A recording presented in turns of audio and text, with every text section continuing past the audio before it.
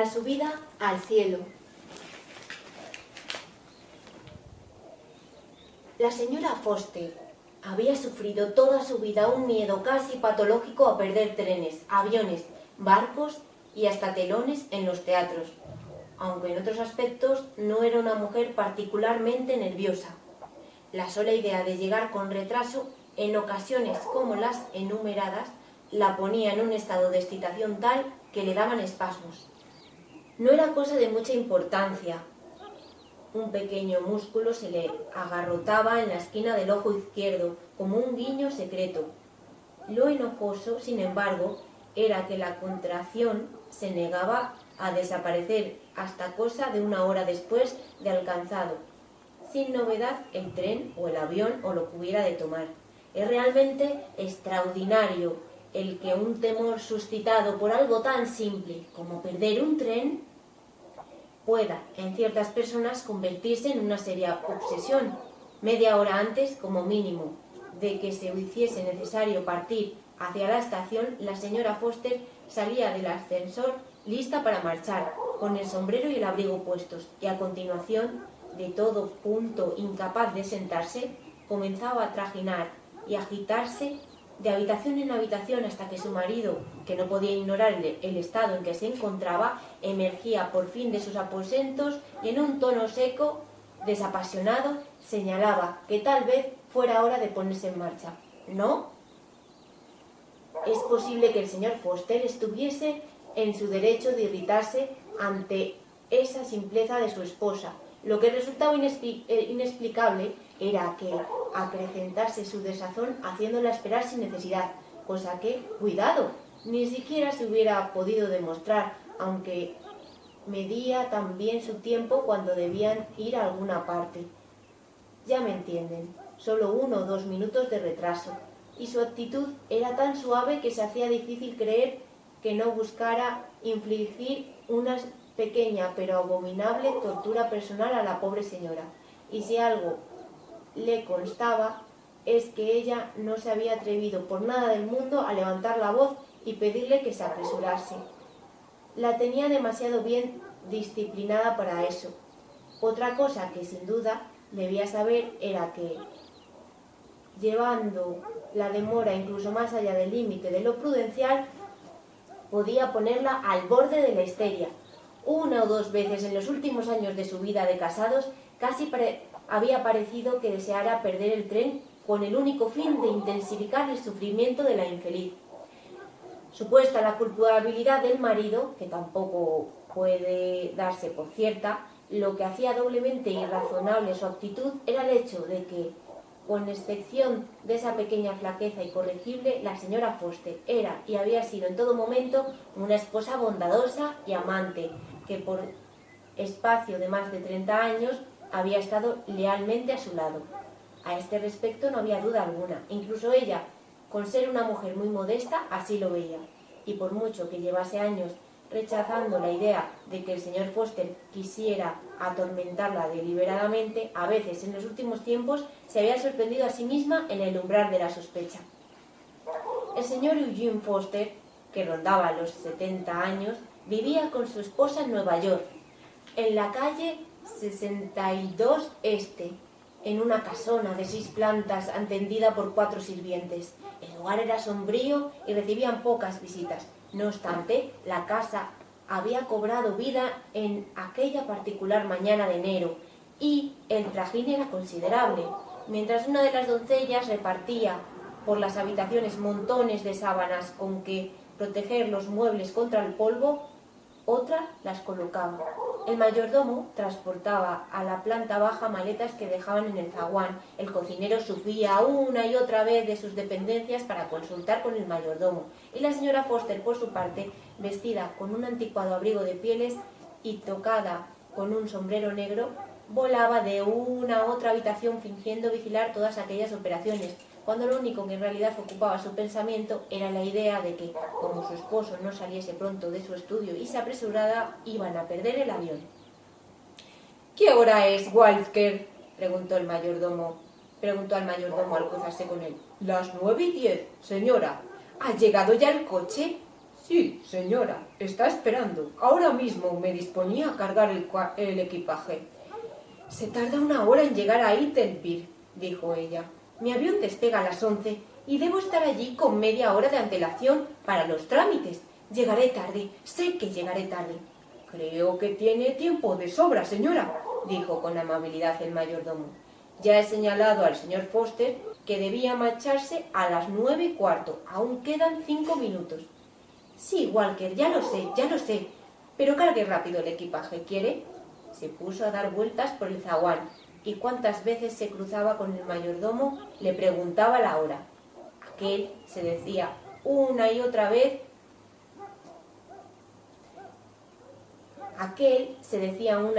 era el único avión que no podía perder. Le había costado meses persuadir a su marido de que la dejase marchar, y si ahora perdía el avión, no era difícil que él resolviese que debía dejarlo todo en suspenso. Y lo peor era su insistencia en ir a despedirla al aeropuerto. «Dios mío», exclamó en voz alta, «voy a perderlo, lo sé que voy a perderlo». El pequeño músculo situado justo al ojo izquierdo le daba ya unos tirones locos, y los ojos en sí los tenía al borde de las lágrimas. «¿Qué hora es, Walker?» «Las 9:18, señora». «Ya es seguro que lo pierdo», se lamentó. «Oh, ¿por qué no aparecerá de una vez?» Era aquel un viaje importante para la señora Foster. Iba a París, sola, a visitar a su hija, su única hija, casada con un francés. A la señora Foster no le importaba gran cosa el francés, pero a su hija le tenía mucho cariño y sobre todo la consumía el anhelo de ver a sus 3 nietos, a quienes solo conocía por las muchas fotos que de ellos había recibido y que no dejaba de exponer por toda la casa. Eran preciosas aquellas criaturas. Loca por ellas, en cuanto llegaba una nueva fotografía, se la llevaba donde pudiera examinarla largo rato, buscando con cariño en sus caritas indicios satisfactorios de aquel aire de familia que tanto significaba para ella.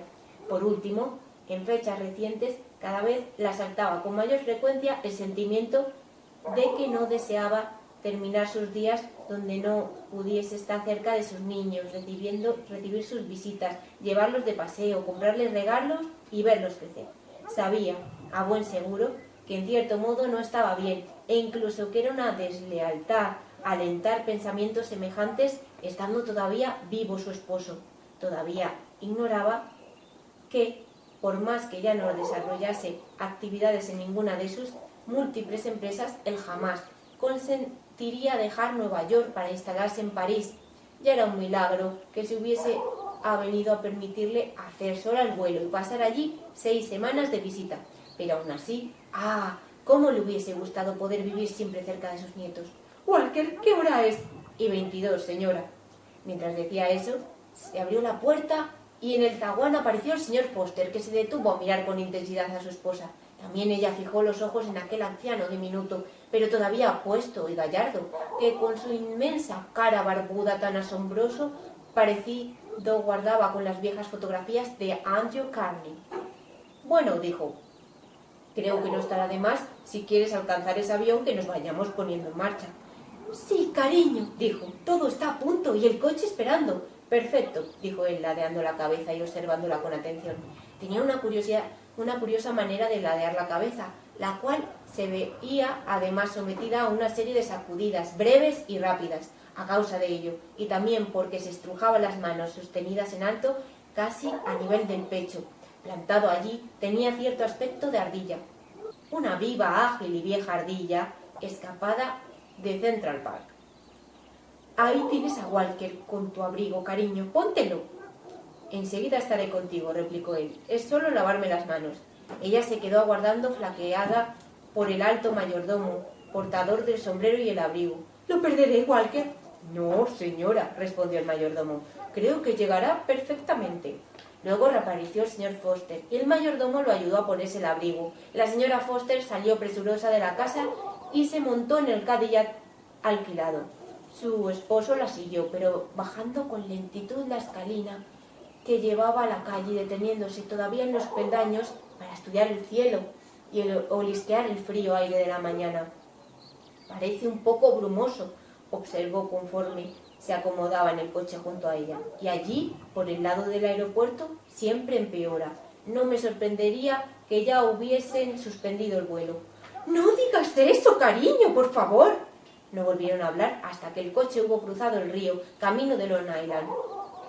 «Ya me he puesto de acuerdo con el servicio», dijo el señor Foster. «Marcharán todos hoy. Les he liquidado 6 semanas a razón de media paga. Y a Walker le he dicho que cuando volvamos a necesitarlos le enviaré un telegrama». «Sí», replicó ella, «ya me lo ha contado. Yo me trasladaré al club esta noche. Alojarme allí será una novedad agradable». «Sí, cariño, yo te escribiré. Pasaré por casa de vez en cuando para recoger el correo y cerciorarme de que todo está en orden». «¿De veras no crees preferible que Walker se quede ahí al cuidado de todo mientras estemos fuera?», preguntó ella sumisa. «¡Qué tontería! Es del todo innecesario y además le tendría que pagar el sueldo completo». «Oh, sí», dijo ella, «claro está. Y por otra parte, nunca se sabe lo que se le puede ocurrir a la gente cuando se la deja sola en una casa», proclamó el señor Foster, que sacó entonces un cigarro cuya punta desprendió con un cortapuros de plata antes de encenderlo con un mechero de oro. Ella guardó silencio, las manos unidas y crispadas, bajo la manta de viaje. «¿Me escribirás?», indagó. «Ya veremos, aunque lo dudo. Ya sabes que no soy muy dado a escribir cartas, como no tenga algo concreto que decir». «Sí, ya lo sé, cariño. Entonces no te molestes en hacerlo». Seguían avanzando, ahora por el Queens Boulevard, hasta que, al alcanzar las llamas marítimas que se asientan en el aeropuerto de Ile-Pigueux, la niebla empezó a hacerse más espesa y el coche hubo de reducir su marcha. «¡Oh, Dios mío!», exclamó la señora Foster. «Ahora sí que lo pierdo, estoy segura. ¿Qué hora es?». «Basta ya de alboroto», protestó el anciano. «Además, es en vano. Ya tienes que haberlo perdido. Jamás vuelan con el tiempo semejante. No sé por qué te has tomado la molestia de ponerte en camino». Aunque no estaba segura de ello, le pareció que su voz cobraba repentinamente un tono nuevo y volvió la cabeza para mirarle. Era difícil, con aquella espesa barba, apreciar en su rostro cambios de expresión. La boca era la clave de todo, y como tantas otras veces había dado cualquier cosa por distinguirla claramente, pues a no ser que estuviera enfurecido, los ojos rara vez traslucían nada. «De todas formas», prosiguió el señor Foster, «te doy la razón. Si por casualidad se efectuase el vuelo, ya lo tienes perdido. ¿Por qué no te rindes ante la evidencia?». Apartó de él la mirada y la volvió hacia la ventanilla. La niebla parecía espesarse conforme avanzaban y ahora solo el borde de la carretera y la orilla de la pradera que empezaba más allá le resultaban invisibles. Sabía que su esposo continuaba mirándola. Con una nueva ojeada advirtió, con una especie de horror, que ahora tenía la vista fija en el rabillo de su ojo izquierdo, en aquella pequeña zona donde sentía los tirones del músculo. «¿O no es así?», insistió él. «¿Qué?». «Que ya tienes perdido el vuelo». «Si es que lo hay. Con esa basura en el aire no podemos correr». Dicho eso, no volvió a dirigirle la palabra. El coche continuó su dificultoso avance, auxiliado el conductor por el foco amarillo que tenía orientado hacia el arcén. Otros focos, algunos blancos, algunos amarillos, surgían continuamente de la niebla en dirección opuesta, y uno, sobremanera brillante, no dejaba de seguirlos a corta distancia. De repente, el chofer paró el coche. «Ya está», exclamó el señor Foster. «Atascados, ya lo sabía». «No, señor», dijo el chofer al tiempo que volvía la cabeza. «Lo hemos conseguido, estamos en el aeropuerto». La señora Foster salió sin decir palabra y entró presurosamente en el edificio por su puerta principal. El interior estaba repleto de gente, en su mayoría pasajeros que asediaban, desolados los despachos de billetes. La señora Foster se abrió paso como pudo y se dirigió al empleado. «Sí, señora», dijo este, «su vuelo está aplazado por el momento, pero no se marche, por favor. Esperemos que el tiempo aclare en cualquier instante». La señora Foster salió al encuentro de su marido, que continuaba en el coche, y le transmitió la información. «Pero no te quedes, cariño», añadió, «no tiene sentido». «No pienso hacerlo», replicó él. «Siempre y cuando el conductor pueda devolverme a la ciudad. ¿Podrá usted, chofer?». «Eso creo», dijo el hombre. «¿Ya ha bajado el equipaje?». «Sí, señor». «Adiós, cariño», se despidió la señora Foster. Inclinó el cuerpo hacia el interior del coche y besó brevemente a su esposo en la áspera pelambrera gris de su mejilla. «Adiós», contestó él. «Que tengas buen viaje».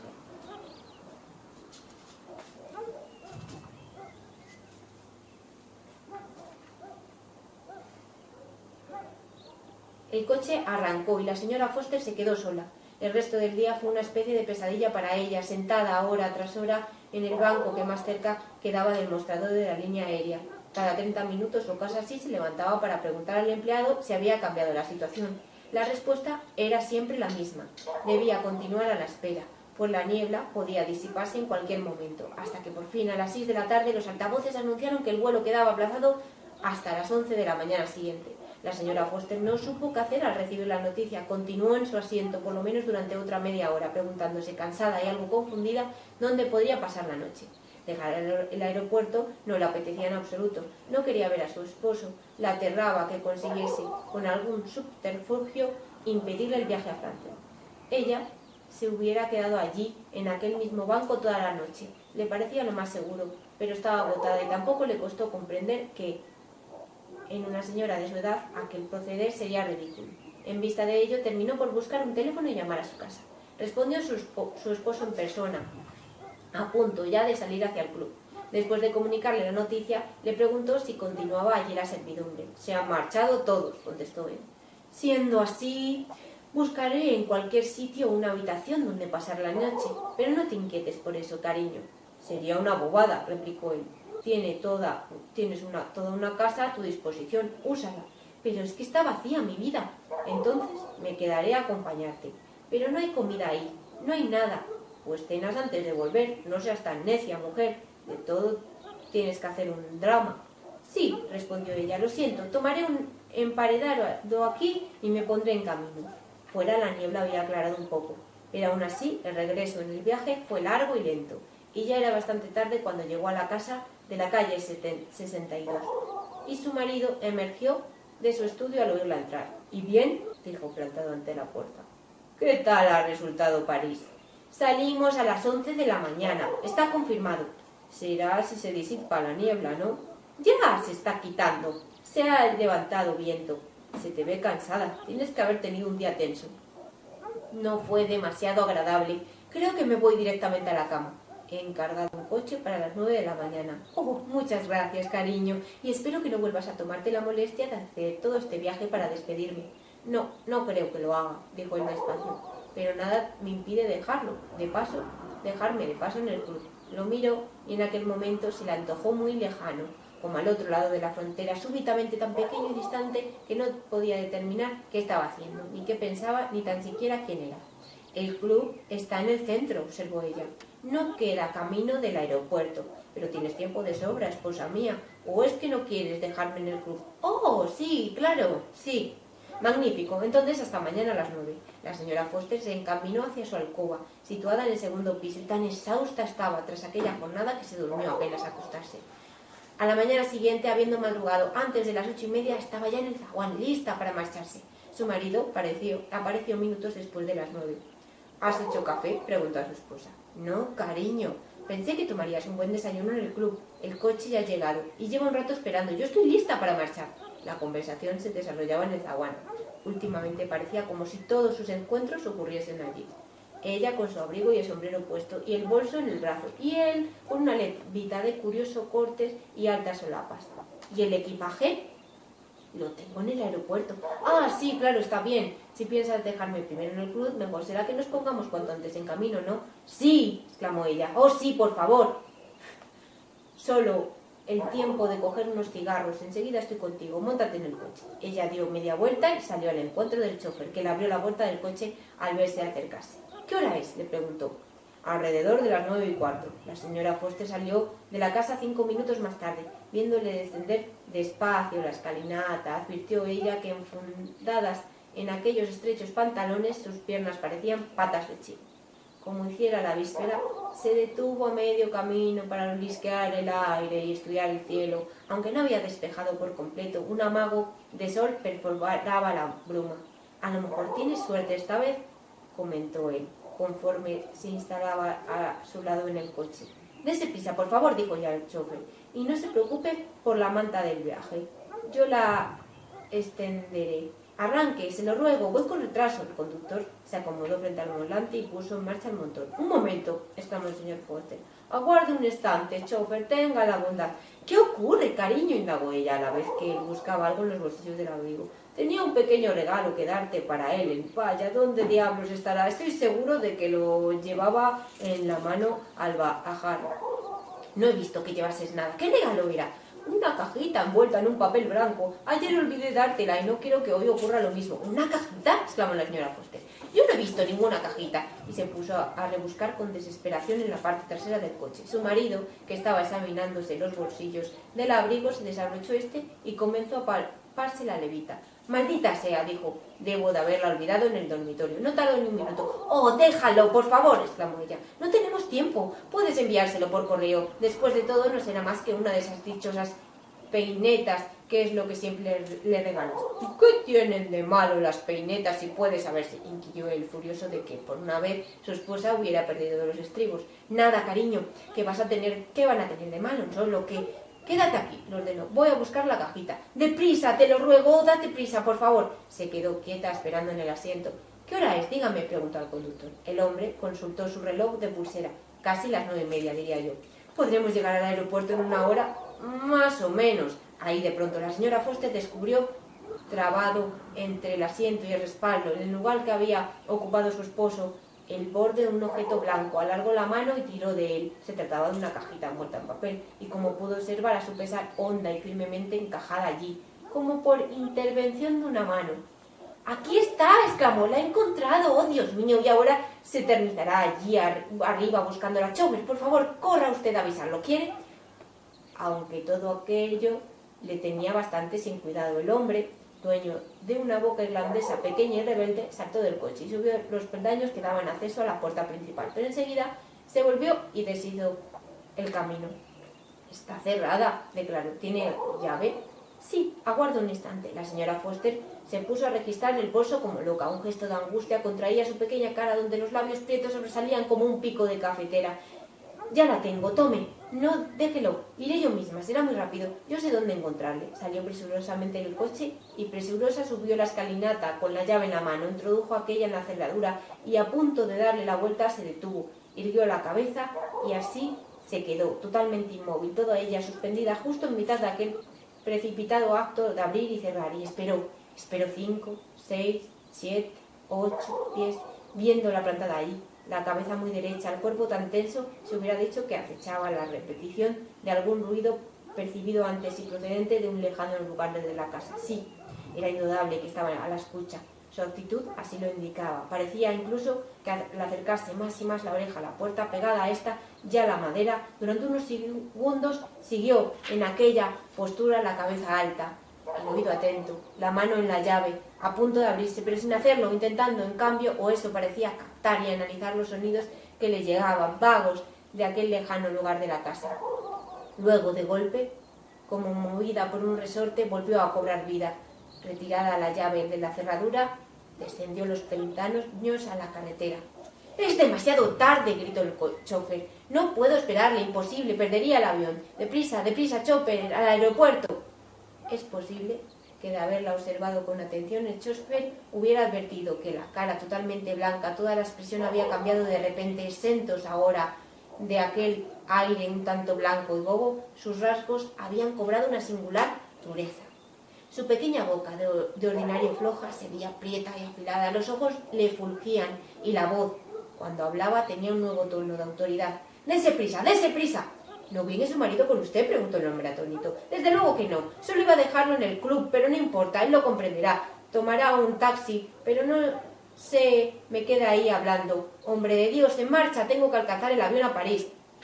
Acuciado por la señora Foster desde el asiento trasero, el hombre condujo deprisa todo el camino y ella consiguió tomar el avión con algunos minutos de margen. Al poco, sobrevolaba muy alto el Atlántico, cómodamente recostada en su asiento, atenta al zumbido de los motores, y camino por fin de París. Imbuida aún por su nuevo talante, se sentía curiosamente fuerte y, en cierta extraña manera, maravillosamente. Todo aquello la tenía un poco jadeante, pero eso era debido más que nada al pasmo que le inspiraba lo que había hecho. Y conforme el avión fue alejándose más y más de Nueva York y su calle 62 Este, una gran serenidad comenzó a invadirla. Para su llegada a París se sentía tan sosegada y entera como podría desear. Conoció a sus nietos, que en persona eran aún más adorables que en las fotografías. De puro hermosos, se dijo, parecían ángeles. Diariamente los llevó a pasear, les ofreció pasteles, les compró regalos y les relató cuentos maravillosos. Una vez por semana, los jueves, escribía a su marido una carta simpática, parlanchina, repleta de noticias y chismes, que invariablemente terminaba con el recordatorio de «Y no olvides comer a tus horas, cariño, aunque me temo que, no estando yo presente, es fácil que dejes de hacerlo». Pasadas las 6 semanas, todos veían con tristeza que tuviese que volver a América con su esposo, todos, es decir, excepto ella misma, que no parecía, por sorprendente que ello fuera, tan contrariada como hubiera cabido esperar. Y según se despedían de unos y otros con besos, tanto en su actitud como en sus palabras, parecían apuntar la posibilidad de un regreso no distante.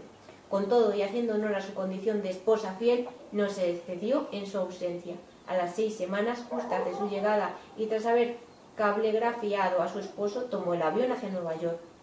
A su llegada a Idlewild, la señora Foster advirtió con asombro que no había ningún coche esperándola. Es posible que eso incluso la divirtiera un poco, pero sosegada en extremo, no se cedió en la propina al mozo que le había conseguido un taxi tras llevarle el equipaje. En Nueva York hacía más frío que en París y las bocas de las alcantarillas mostraban pegotes de nieve sucia. Cuando el taxi se detuvo ante la casa de la calle 62, la señora Foster consiguió del chofer que le subiese las 2 maletones a lo alto de las escaleras. Después de pagarle, llamó al timbre. Esperó, pero no hubo respuesta. Solo por cerciorarse, volvió a llamar. Oyó el agudo tintineo que sonaba en la despensa en la puerta de la casa. Nadie, sin embargo, acudió a la puerta. En vista de ellos, la señora Foster sacó su llave y abrió. Lo primero que vio al entrar fue el correo amontonado en el suelo, donde había caído al ser echado al buzón. La casa estaba fría y oscura. El reloj de pared parecía envuelto aún en la funda que lo protegía del polvo. El ambiente, pese al frío, tenía una peculiar pesadez, y en el aire flotaba un extraño olor dulzón, como nunca antes lo había percibido. Cruzó a paso vivo el zaguán y desapareció nuevamente por la esquina del fondo a la izquierda. Había en esa acción algo a un tiempo deliberado y resultó, tenía la señora Foster el aire de quien se dispone a investigar un rumor o confirmar una sospecha, y cuando regresó, pasados unos segundos, su rostro lucía un pequeño viso de satisfacción. Se detuvo en mitad del zaguán, como reflexionando qué hacer a continuación, y luego súbitamente dio media vuelta y se dirigió al estudio de su marido. Encima del escritorio encontró su libro de direcciones y tras un rato de buscar en él, levantó un auricular y marcó un número. «Oiga», dijo, «les llamo desde el número 9 de la calle 62 este. Sí, eso es. ¿Podrían enviarme un operario cuanto antes? El ascensor parece haberse parado entre el segundo y el tercer piso. Al menos eso señala el indicador. Enseguida. Oh, es usted muy amable. Es que, verá, no tengo las piernas como para subir tantas escaleras. Muchísimas gracias. Que usted lo pase bien». Y después de colgar, se sentó ante el escritorio de su marido, a esperar, paciente, la llegada del hombre que en breve acudiría a reparar el ascensor.